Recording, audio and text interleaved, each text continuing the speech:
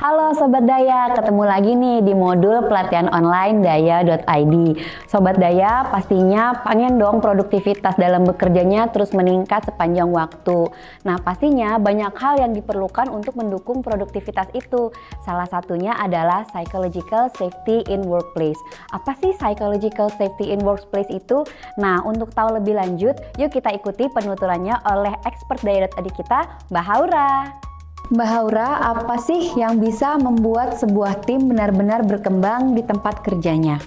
Beberapa faktor yang bisa membantu tim benar-benar berkembang di tempat kerja sebenarnya ada cukup banyak. Tapi salah satu yang jarang terbahas adalah psychological safety atau keamanan psikologis. Dengan terjaminnya keamanan psikologis, individu atau karyawan di tempat kerja itu merasa aman dan nyaman untuk berpendapat, berbagi ide, memberikan feedback, melakukan kreativitas dan inovasi tanpa harus takut akan dampak negatif yang mungkin terjadi. Mbak Haura, sebenarnya psychological safety itu apa sih? Psychological safety atau keamanan psikologis adalah sebuah iklim sosial yang dibangun di tempat kerja untuk menjadikan karyawan percaya diri, aman dan nyaman berekspresi dan berpendapat.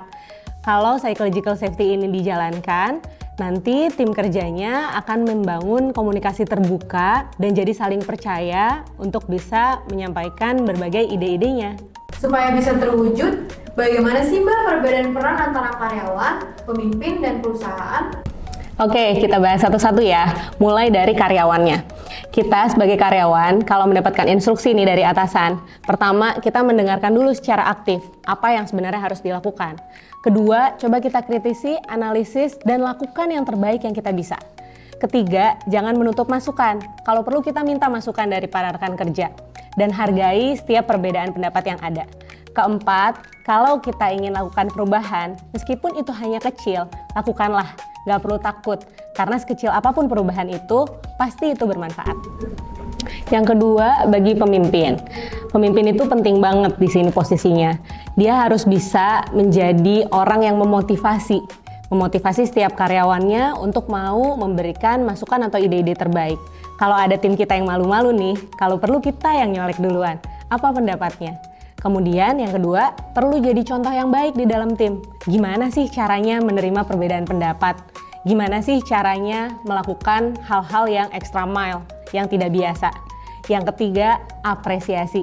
Pemimpin itu penting banget melakukan apresiasi, memberikan pujian, dan juga penghargaan kepada timnya yang sudah berhasil melakukan perubahan yang baik.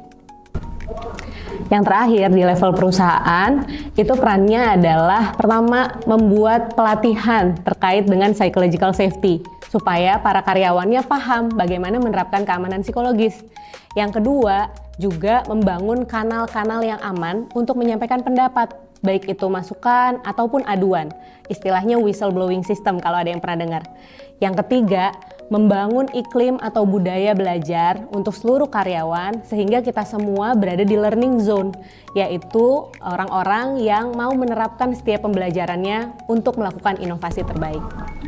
Jadi ketiga komponen tersebut mulai dari karyawan, pemimpin, sampai perusahaannya semua penting untuk bisa membangun psychological safety supaya tercipta lingkungan yang aman dan nyaman secara psikologis.